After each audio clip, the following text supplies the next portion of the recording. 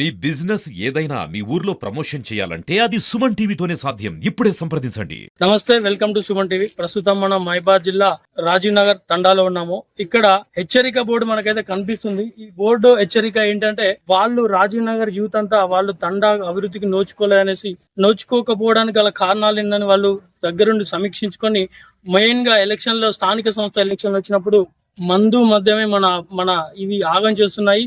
ఎవరైతే స్థానిక సంస్థలలో సర్పంచ్ కి వార్డు మెంబర్ కి నిలబడతారో వాళ్ళ చుట్టూ తిప్పుకొని మందు మద్యానికి అలవాటు చేసి గ్రామాభివృద్ధికి నోచుకోలేదనేసి వాళ్ళు ఈ హెచ్చరిక బోర్డు అని పెట్టుకోనండి. వాళ్ళు హెచ్చరిక బోర్డు ద్వారా తెలంగాణ రాష్ట్ర ప్రభుత్వానికి కూడా ఇక్కడున్న యూత్ అంతా కలిపి రాజీవ్ నగర్ తండా యూత్ అంతా కలిపి వాళ్ళు ఒక సవాల్ అయితే విసురుతున్నారు.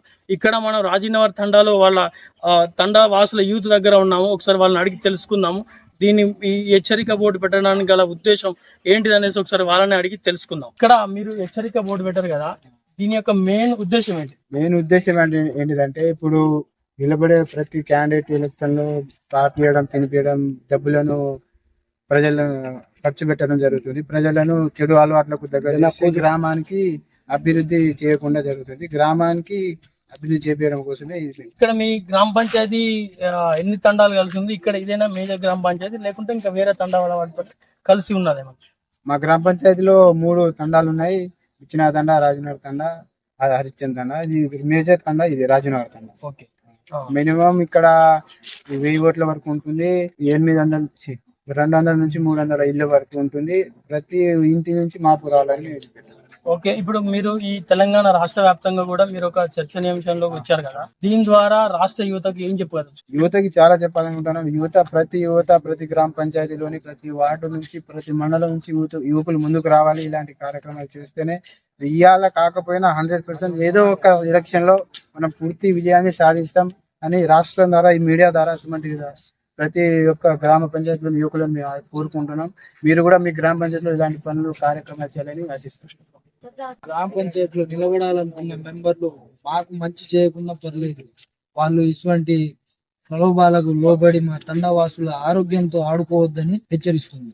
అంటే మీరు ఏ ఎలక్షన్స్ కానీ చూస్తున్నారు? మీకు ఓటు వచ్చి ప్రతి ఎలక్షన్ లో ఇదే విధంగా జరుగుతుందా, లేకుంటే ఎలా? ప్రజెంట్ అయితే మాకు ఈ గ్రామ పంచాయతీ సర్పంచ్లకే మాకు ఓటు హక్కు అనేది వచ్చింది.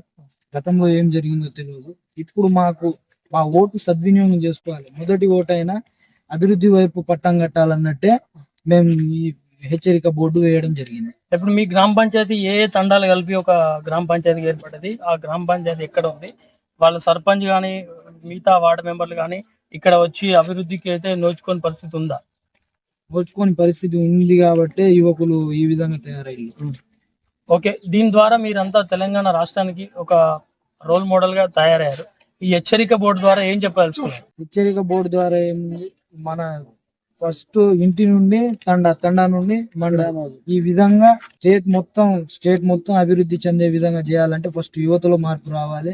ఫస్ట్ యువత మేల్కొంటే రాష్ట్రంలో అన్ని సస్యశ్యామలంగా జరుగుతాయి. సస్యశ్యామలంగా అన్ని అభివృద్ధి పనులు ముందు జరగాలంటే యువత ముందంజలో ఉండాలి. మరియు ఇటువంటి కార్యక్రమాల్లో యువత తరపున రాజకీయంలో యువకులు కూడా ఉండాలని ఆశిస్తున్నాను. ఓకే, రాజకీయంగా యువకులు కూడా ఉండాలని అనుకుంటున్నారు కదా, మీరు ఒకవేళ యువకులే కలిసి రాజకీయంగా ఎదగాలనుకుంటే పార్టీల పరంగా స్థానిక సంస్థలలో పార్టీలు ఉండవు, అయినా కానీ వెనక బ్యాక్గ్రౌండ్ నుండి పార్టీలు అనేది ఉంటుంది.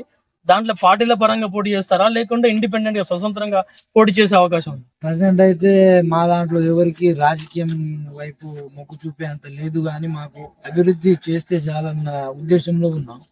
మీరు అన్న విధంగా అయితే ఫ్యూచర్ లో కావచ్చు, అది ఫ్యూచర్ గా అయినా ఏ పార్టీతో సంబంధం లేకుండా ఇండిపెండెంట్ గా అయినా గెలిచి గ్రామ అభివృద్ధికి తోడ్పడారు. సో ఇది రాజీవ్ నగర్ తండావాసులు, ముఖ్యంగా మెయిన్ కమిటీ కుర్రాళ్ళు, గ్రామ కమిటీ కుర్రాళ్ళు. ఆ బోర్డు కూడా కొద్దిగా స్పెషల్ గా కనిపిస్తుంది. వాళ్ళు కూడా గ్రామ కమిటీ కుర్రాళ్ళు. వాళ్ళు ఏమంటున్నారంటే, మేము స్వతంత్రంగా మేము పెట్టిన ఎవరి ప్రోద్బలంతో కాకుండా మేము కూడా ఈ రోజు గ్రామాలు బాగుంటేనే రాష్ట్ర భవిష్యత్తు, దేశ భవిష్యత్తు బాగుంటుంది అనే ఉద్దేశంతో యువత ముఖ్యంగా రాజకీయాల్లో రాణించాలి, అది కూడా మందు మద్యం లేకుండా వాళ్ళు రాణించాలనే ఉద్దేశంతో వాళ్ళు పెట్టారు. మందు మద్యాన్ని నిషేధించాలనేసి ఎలక్షన్లలో, స్థానిక సంస్థల ఎలక్షన్లలో నిషేధించాలనేసి వాళ్ళైతే కోరుకుంటున్నారు.